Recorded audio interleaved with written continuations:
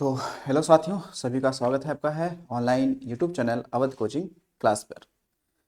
आपको ये पहले से ही ज्ञात है कि जो आरपीएफ यानी रेलवे जो कांस्टेबल की परीक्षा आगामी होने वाली है, उसमें जितने भी पीवाईक्यू के रूप में क्वेश्चन आए हुए हैं, ठीक है, होने वाला है। लेकिन जो इससे पहले जो आपका एग्जाम हुआ है उसमें जितने भी क्वेश्चन आए हुए हैं, आज उसको हम लोग यहाँ पे देखने वाले हैं। और ये आज का पार्ट जो होगा वो कौन सा होगा, थर्ड होगा, ठीक है। यानी इससे पहले दो हमने वीडियो आपके पास भाई भेज दिया है, आप उसको अच्छे से देख लेंगे, ठीक है। और फिर हम इस पे चल रहे हैं आज के पहले क्वेश्चन पे।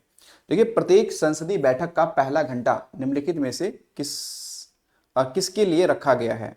शून्यकाल, प्रश्नकाल, विशेषाधिकार घंटा या ध्यानाकर्षण प्रस्ताव।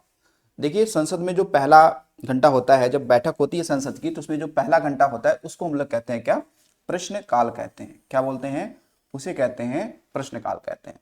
और प्रश्नकाल के बाद में जो होता है वो शून्यकाल होता है। कौन सा होता है वो? शून्य काल होता है, तो प्रश्नकाल। अब देखिए, जो प्रश्नकाल की जो अवधारणा है, ये अगर देखा जाए, ये अवधारणा सबसे पहले कब आती है? तो ये खासकर आती है कहां से? इंग्लैंड से, ठीक है।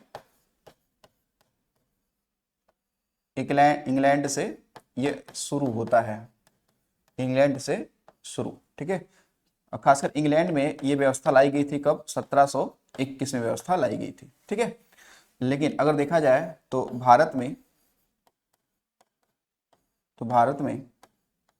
एक अधिनियम आया था, भारत शासन अधिनियम। कौन सा? 1892 वाला। कौन सा? 1892 वाला। तो भारत में यह व्यवस्था कब? तो 1892 से क्या हुआ था? शुरू हुआ था। 92 से क्या हुआ था? ये शुरू हुआ था। तो ये क्या आपका है? प्रश्नकाल। और प्रश्नकाल के बाद क्या होता है? तो शून्यकाल होता है, ठीक है। प्रश्नकाल के बाद वाले घंटे को क्या कहते हैं? इसे कहते हैं शून्य काल। शून्य काल, शून्य काल कहते हैं, ठीक है।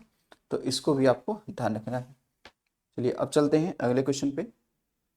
अगला क्वेश्चन आपका है, भारत का संविधान कब लागू हुआ? 26 जनवरी 1950, 15 जनवरी 1950, 26 जनवरी, 26 नवंबर 1949 या 15 अगस्त 1947। तो अब लागू होने की बात होगी, है नहीं? तो लागू कब हुआ? 26 जनवरी 1950 को, ठीक है, 50 को लागू। तो जब ये लागू हुआ तो उस समय जो संविधान में देखा जाएगा, जो आपके भाग की बात करते हैं, उस समय भाग कितने थे? तो उस समय जो भागों की संख्या थी वो कितनी थी? 22 थी। जब संविधान लागू हुआ तो उसमें अनुच्छेद कितने थे? टोटल थे 395 अनुच्छेद थे। उसमें अनुसूचियां कितनी थी? अनुसूचियां कितनी थी? तो इनकी संख्या कितनी थी? 8 थी। कितनी थी? 8 थी, ठीक है। तो इनकी संख्या कितनी थी? 8 थी। बाकी इसके अतिरिक्त देखेंगे यहाँ पर 26 नवंबर 1949, तो ये समय, इस समय क्या हुआ था? किस समय? इस समय क्या हुआ कि संविधान को संविधान सभा द्वारा, संविधान सभा द्वारा क्या किया गया था? अपनाया गया था। अपनाया गया था। देखिए 26 जनवरी जो 1950 है, ये संविधान लागू हुआ था। लेकिन उसमें से एक ऐसा प्रांत था जहां पे लागू नहीं हुआ था। वो जम्मू कश्मीर को छोड़ के बाकी सभी प्रांतों में क्या हुआ था? लागू हुआ था। तो अगला सवाल देखते हैं।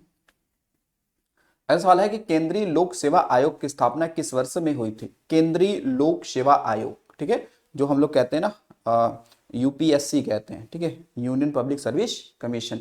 कह रहे कब स्थापना कब हुआ था इसका, ठीक है। तो देखिए भैया, स्थापना जो होगा ना वो होगा कब? 1926 में।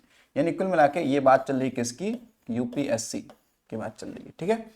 तो केंद्रीय लोक सेवा आयोग, अब देखिएगा इसमें जो एक्ट आया था, तो केंद्रीय लोक सेवा आयोग जो है ना, ये कह सकते हैं कि जो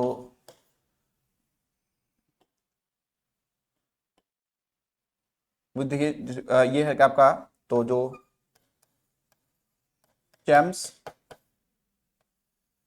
चेम्सफोर्ड, ठीक है, चेम्सफोर्ड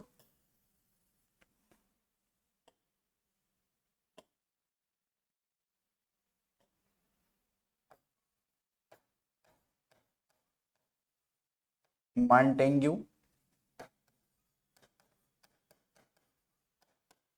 चेम्सफोर्ड अधिनियम 1919 के अंतर्गत किया गया था।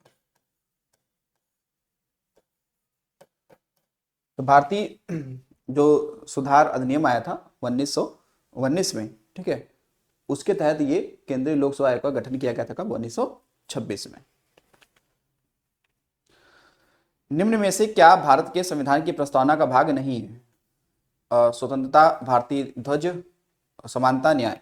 तो आपने देखा पिछले वीडियो में कि कुछ शब्द हैं जो प्रस्तावना में दिए गए हैं, उनमें से ये शब्द ये नहीं है, भारतीय ध्वज, ये नहीं, ठीक है, बाकी तीनों आपको देखने के लिए मिल जाएगा। लेकिन हम यहाँ पे बात करेंगे भारतीय ध्वज के बारे में, ठीक है, भारतीय ध्वज के बारे में बात करेंगे। तो जो भारतीय ध्वज है, या कह सकते हैं भारतीय ध्वज संहिता, यानी कि अधिनियम या कानून कब आया, संहिता, ये कब आया था? तो ये आया था 2002 में, ठीक है। और ये संहिता अधिनियम लागू कब हुआ भारत में? तो ये लागू हुआ था 26 जनवरी 2002 में ही क्या हो गया, ये लागू हो गया। लेकिन सवाल ये भी है कि भारतीय ध्वज को संविधान सभा द्वारा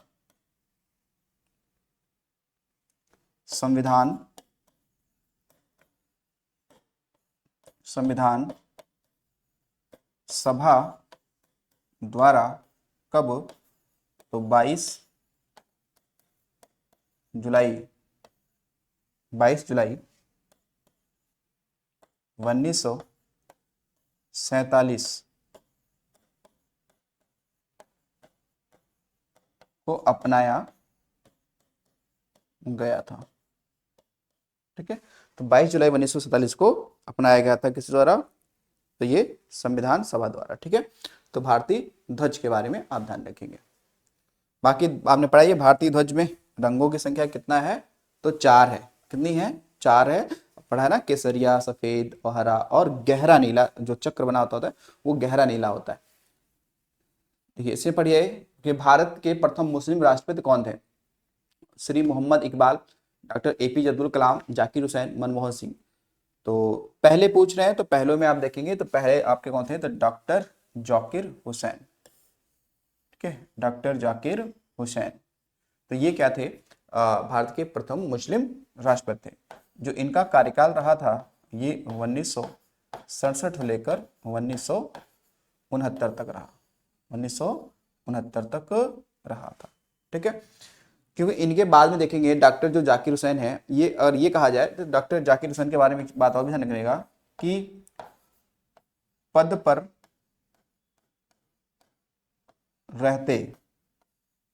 रहते हुए निधन हुआ, ठीक है, निधन हुआ, पद पर रहते हुए निधन हुआ। और ऐसी देखा जाए प्रक्रिया में तो ये पहले व्यक्ति हैं, यानी पद पर रहते हुए मरने वाले या निधन जो हुआ वो पहले राष्ट्रपति कौन थे? तो वो थे डॉक्टर जाकिर हुसैन थे, ठीक है। तो इनके बारे में ध्यान रखना। और इसके बाद में क्या हुआ कि जब इनका निधन होगा तो इनके निधन के बाद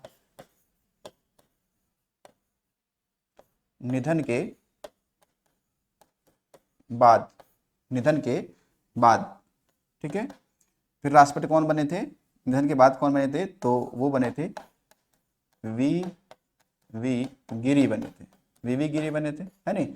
और वी गिरी के बाद कौन आ जाएंगे? तो एम हिदायतुल्लाह आ जाएंगे, वो कार्यवाहक राष्ट्रपति बनेंगे, ठीक है। बाकी डॉक्टर एपीजे अब्दुल कलाम भी क्या थे? ये हमारे देश के क्या थे? 11वें राष्ट्रपति थे,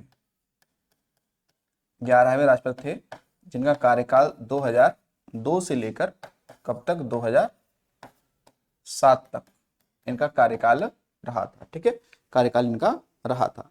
तो अब तक आप देखेंगे तो मुस्लिम राष्ट्रपति जो चुने गए या बने वो 3 थे, लेकिन उसमें से अगर देखेंगे, अगर एक और एक्स्ट्रा अगर जोड़ेंगे एम हिदायतुल्लाह को, तो वो कार्यवाहक राष्ट्रपति थे।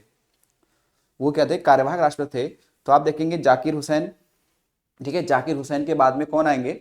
जाकिर हुसैन के बाद में देखेंगे एम हिदायतुल्लाह क्या थे? तो वो कार्यवाहक राष्ट्रपति थे। उनके बाद में आएंगे कौन? तो फखरुद्दीन अली। फखरुद्दीन अली इंदिरा गांधी के समय, है नहीं, 1972 के आसपास में। और फिर उसके बाद में आप देखेंगे तो डॉक्टर एपीजे अब्दुल कलाम। ठीक है, तो यानी कि अगर हम ये कहें तो भारत में कितने मुस्लिम व्यक्ति हैं जो राष्ट्रपति पद पर रहे हैं? तो अगर रहे हैं तो ऐसे फिर 4 रहे हैं। उन 4 में से एक जो है एम हिदायतुल्लाह, जो कि सुप्रीम कोर्ट यानी कि वो सीजीआई भी रहे थे और वो कार्यवाहक राष्ट्रपति भी बने बाद में।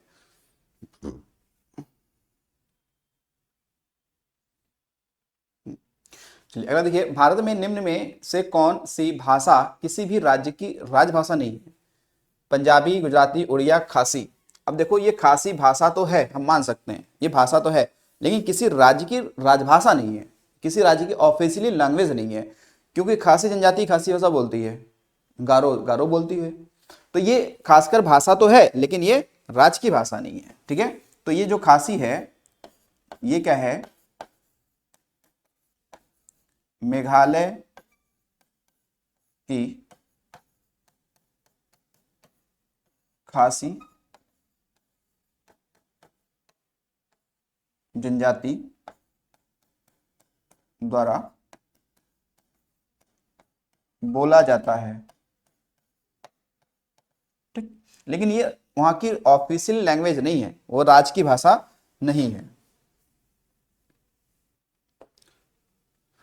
भारत के प्रधानमंत्री को शपथ कौन दिलवाता है? भारत के प्रधानमंत्री को शपथ कौन दिलवाता है? राज्यपाल, मुख्य न्यायाधीश, उपराष्ट्रपति या राष्ट्रपति? भारत के प्रधानमंत्री को शपथ कौन दिलवाता है? तो प्रधानमंत्री भी तो एक मंत्री ही होता है, और उसको शपथ कौन दिलाएगा? तो राष्ट्रपति दिलाएगा। कौन दिलाएगा? राष्ट्रपति दिलाएगा। ठीक है, अब देखिए जो ये प्रधानमंत्री की बात करते हैं, जो पीएम होते हैं, पीएम, तो पीएम जो होते हैं ये इनका अनुच्छेद कौन सा है? अनुच्छेद इनका कौन सा है? तो अनुच्छेद है आपका 75। तो अनुच्छेद 75 के तहत भारत में एक क्या होंगे? प्रधानमंत्री होंगे। ठीक है, ये क्या होंगे? प्रधानमंत्री होंगे। और फिर आपने एक अनुच्छेद हमने पढ़ा, कौन सा? अनुच्छेद 74। कौन सा है? 74। तो अनुच्छेद 74 में क्या कहा गया? इसमें कहा गया है कि राष्ट्रपति को सलाह देने के लिए एक क्या बनेगी? मंत्री परिषद बनेगी। ठीक है,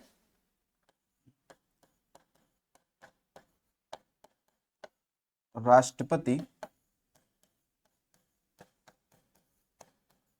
को सलाह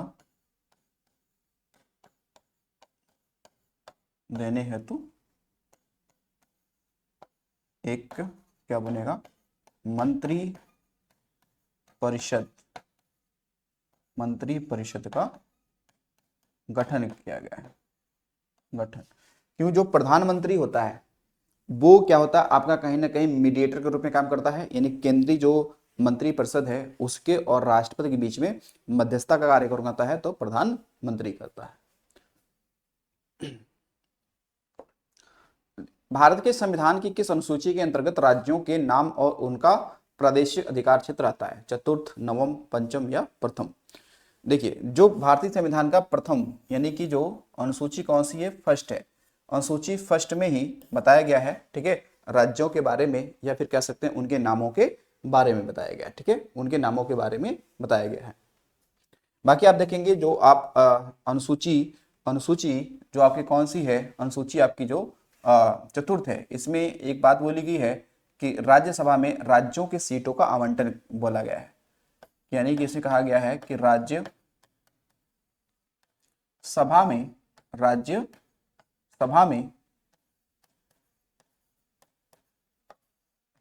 की सीटों का आवंटन ये इसमें बात तो बोली गई है। ठीक है, ये इसमें बात कही गई है। अब आइए 9वें नंबर पर कि निम्न में से कौन संघ शासित प्रदेश नहीं है? चंडीगढ़, पुदुचेरी, दादर नगर और हवेली और त्रिपुरा। देखिए तो इसमें संघ शासित प्रदेश नहीं है, तो वो त्रिपुरा नहीं है। त्रिपुरा नहीं है, क्योंकि त्रिपुरा आप देखेंगे तो ये कहीं ना कहीं क्या है, पूर्वोत्तर भारत, ये पूर्वोत्तर भारत का क्या है, राज्य है, पूर्वोत्तर भारत का ये राज्य है। और इसकी स्थापना भी पूछा गया है, तो आपको ध्यान रखिएगा। इसकी स्थापना जो हुई थी वो 21 जनवरी 1972 में हुई थी। कब हुई थी? 1972 में हुई थी, यानी कि 21 जनवरी 1972 को हुई थी। अब जो त्रिपुरा है, त्रिपुरा ये आप देखेंगे तो ये बांग्लादेश से, या ऐसे कहा जाए, हाँ ठीक है, बांग्लादेश से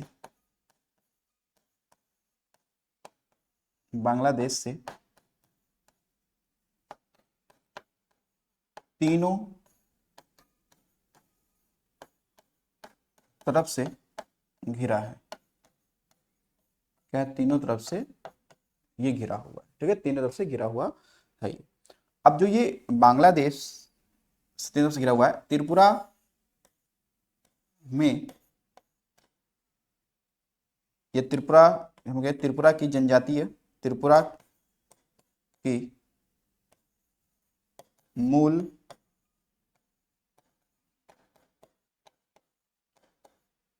जनजातियों की भाषा कौन सी है, क्या उसका नाम है? तो उसका नाम है कोक बरोक। क्या है? कोक बरोक, ठीक है। त्रिपुरा, त्रिपुरा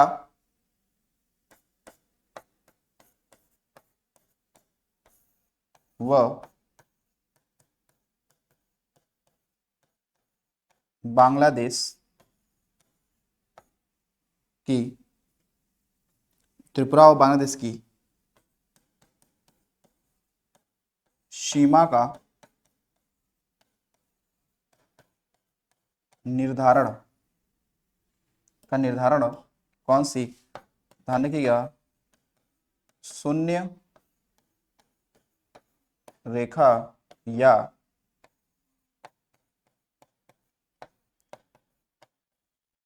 जीरो लाइन करती है।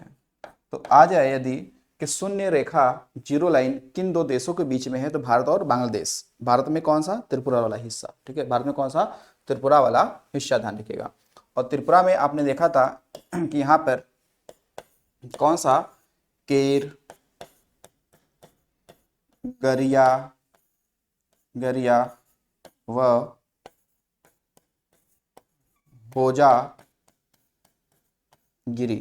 होजागिरी, ठीक है, होजागिरी, इसको थोड़ा सा मिटा दें भाई, होजागिरी,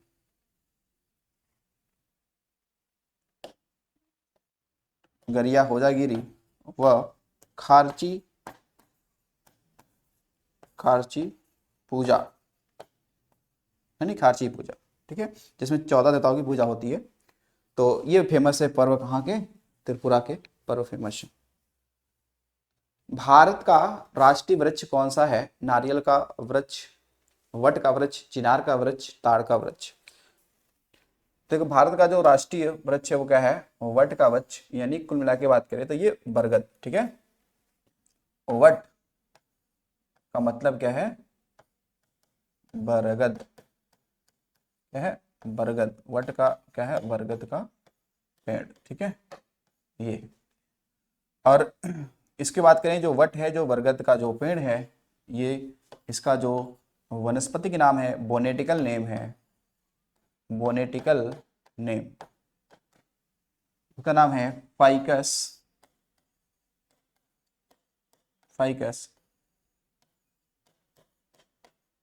वेंगालेसिस,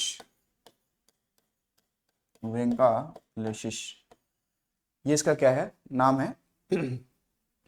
कैसा? तो बोनेटिकल नेम है, ठीक है। चलिए अगला क्वेश्चन देखिए। अगला है, संविधान सभा की ऑर्डर ऑफ बिजनेस समिति के अध्यक्ष कौन थे? ऑर्डर ऑफ बिजनेस यानी जो व्यवसाय मसौदा था, तो इसके अध्यक्ष कौन थे? सरदार वल्लभ भाई पटेल, डॉक्टर राजेंद्र प्रसाद, के एम मुंशी या पंडित जवाहरलाल नेहरू, पंडित जवाहरलाल नेहरू। तो देखिए यहाँ पे जो है वो अध्यक्ष थे कौन, डॉक्टर राजेंद्र प्रसाद। कौन थे, डॉक्टर राजेंद्र प्रसाद इसके क्या थे, अध्यक्ष थे। ठीक है, इसके क्या थे, अध्यक्ष थे। अच्छा, डॉक्टर राजेंद्र प्रसाद ये तो संचालन समिति के थे। ठीक ठीक, ये कौन है, तो के एम मुंशी। कन्हैयालाल मणिकलाल, ठीक है, कन्हैयालाल मणिकलाल क्या थे, मुंशी थे, इसके क्या अध्यक्ष थे। ठीक है, इसके अध्यक्ष थे। ठीक है, तो बाकी अगर और हिस्सों में देखा जाए तो और सारे सवालों में देखा जाएगा तो और भी तो सारे लोग थे। तो अगर इनकी बात करें, पंडित जवाहरलाल नेहरू, पंडित जवाहरलाल नेहरू, तो इनके देखेंगे तो ये कहीं ना कहीं संघ व प्रांत समिति के अध्यक्ष थे, प्रांतीय समिति के क्या थे, अध्यक्ष थे। बाकी ये तो संचालन समिति के अध्यक्ष थे, संचालन समिति के अध्यक्ष थे। बाकी सरदार वल्लभ भाई पटेल की अगर बात की जाए तो ये अल्पसंख्यक एवं मौलिक अधिकार समिति के क्या थे, ये अध्यक्ष थे, ये समिति के अध्यक्ष हैं। अब आते हैं 12वें नंबर, भारत के राष्ट्रपति पद की शपथ कौन दिलाता है। भारत के जो राष्ट्रपति हैं उनको शपथ कौन दिलाएगा भाई, तो वो दिलाए कौन, भारत के मुख्य न्यायाधीश सीजीआई दिलाते हैं। कौन दिलाते हैं, सीजीआई दिलाते हैं, यानी सीजीआई। ठीक है, ये दिलाएंगे। ठीक है, और राष्ट्रपति को शपथ दिलाने की बात आती है तो कौन सा अनुच्छेद है, तो राष्ट्रपति पद की जो शपथ है, ये राष्ट्रपति पद की जो शपथ है, ये ध्यान रखेंगे ये किस अनुच्छेद के अधीन ये शपथ लेते हैं, तो अनुच्छेद इनके लिए कौन सा हो जाएगा, अनुच्छेद है वो 60। तो राष्ट्रपति 60, आर्टिकल जो 60 है उसके अधीन क्या ये शपथ लेते हैं। ठीक है, कौन दिलाएगा, सीजीआई। कौन दिलाएगा, सीजीआई। अब है 13वें नंबर का सवाल कि किस आपातकाल में संवैधानिक आपातकाल कहा जाता है, संवैधानिक आपातकाल। तो देखो, संवैधानिक आपातकाल कहने का मतलब ये है कि जिस राज्यों में आपातकाल लगता है तो वहां का संवैधानिक तंत्र जब विफल हो जाता है तभी लगता है, राज्यपाल की सिफारिश पर। तो इसमें आप देखेंगे तो राज्य का आपातकाल जो है इसे ही कहा जाता है क्या, संवैधानिक आपातकाल। ठीक है, क्या बोला जाता है, संवैधानिक आपातकाल बोला जाता है। ठीक है, अब इसमें देखिए क्या है कि यानी कि जब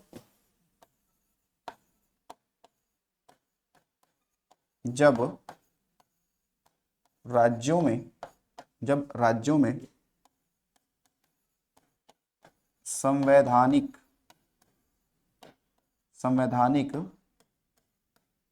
तंत्र विफल हो जाता है तो उस राज्य के राज्यपाल के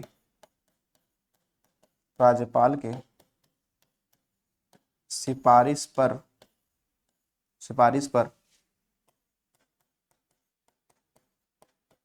राष्ट्रपति अनुच्छेद 356 के अधीन, ठीक है, 356 के अधीन राष्ट्रपति शासन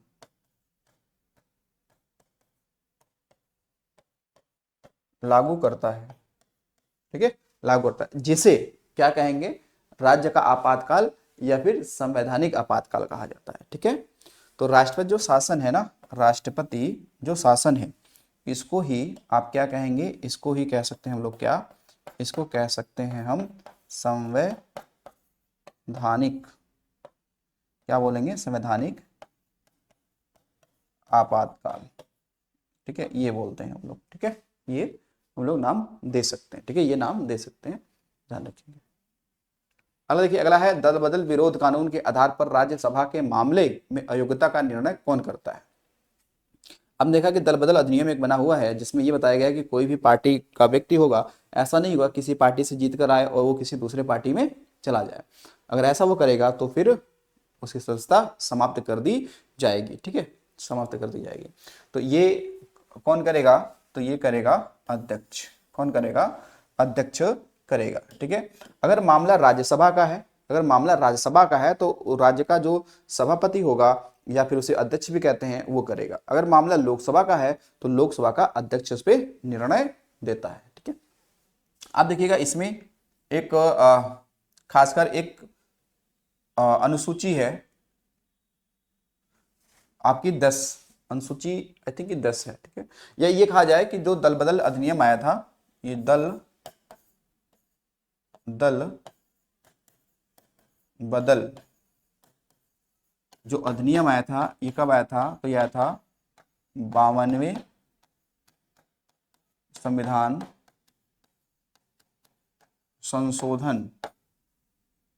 ठीक है, अधिनियम कब आया, 1985 में। कब आया, 1985 में आया था। ठीक है, ये कानून कब आया, 1985 में आया। कब, तो 52वें संविधान संशोधन 1950। अब है राष्ट्रपति द्वारा तैयार किया गया अध्यादेश डैश है, क्या है, कैसा है भाई बताओ।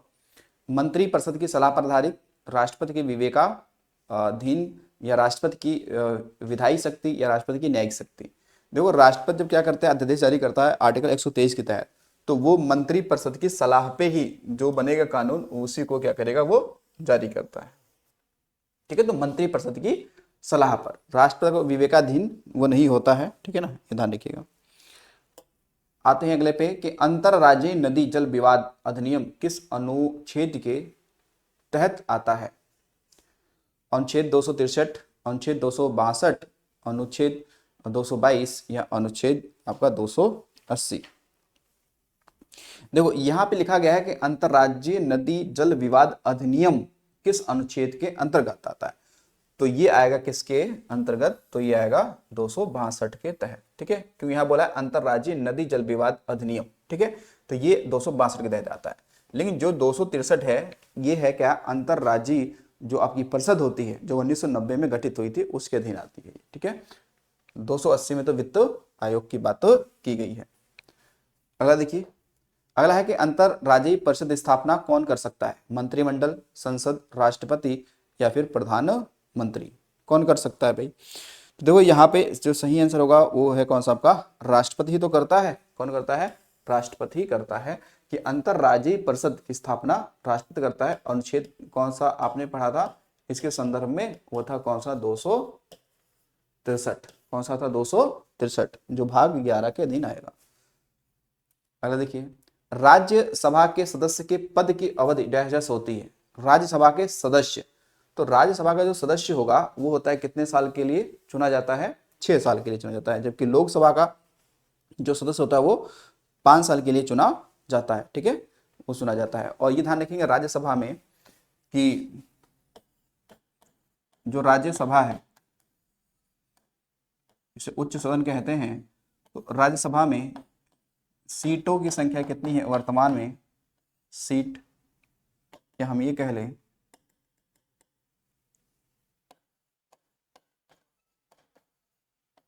कि वर्तमान में सीट कितनी है यहाँ पे, तो वो है कितना, 245।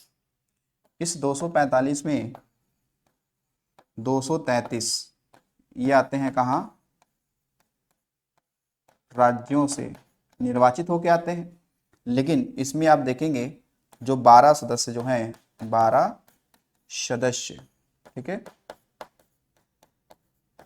राष्ट्रपति क्या करता है, मनोनीत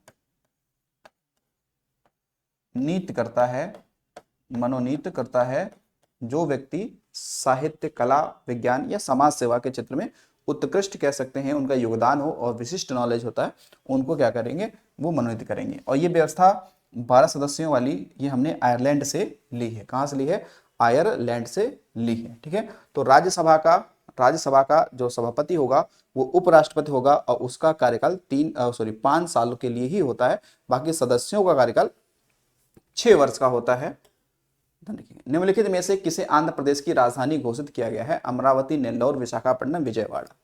तो ये देखो 2019 का पेपर है, ठीक है, तो उसमें क्या था? अमरावती। तो जो अमरावती है ये कृष्णा नदी तट पर स्थित है, या उसके तट के क्या साउथ में स्थित है उसके, ठीक है, अमरावती। अब आते हैं, एक राज्य का राज्यपाल दूसरे राज्य के राज्यपाल के रूप में भी कार्य कर सकता है। संविधान में यह प्रावधान किस संविधान संशोधन में लाया गया था? 86वां, 7वां, 61वां या 42वें? तो ये लाया गया था कौन से? 7वें संविधान संशोधन ये लाया गया था। इसका मतलब ये है कि कोई भी कह सकते हैं, हालांकि ये लाया 1956 में गया था।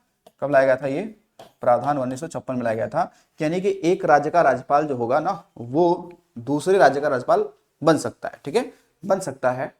तो ये अधिनियम कब आया? 1956 में आया था कि एक व्यक्ति 2 या 2 से अधिक राज्यों का राज्यपाल रह सकता है, ठीक है। तो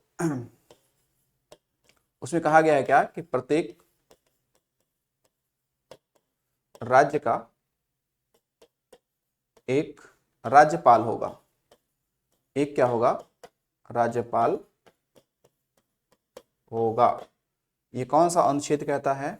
तो ये अनुच्छेद कहता है 153 कहता है।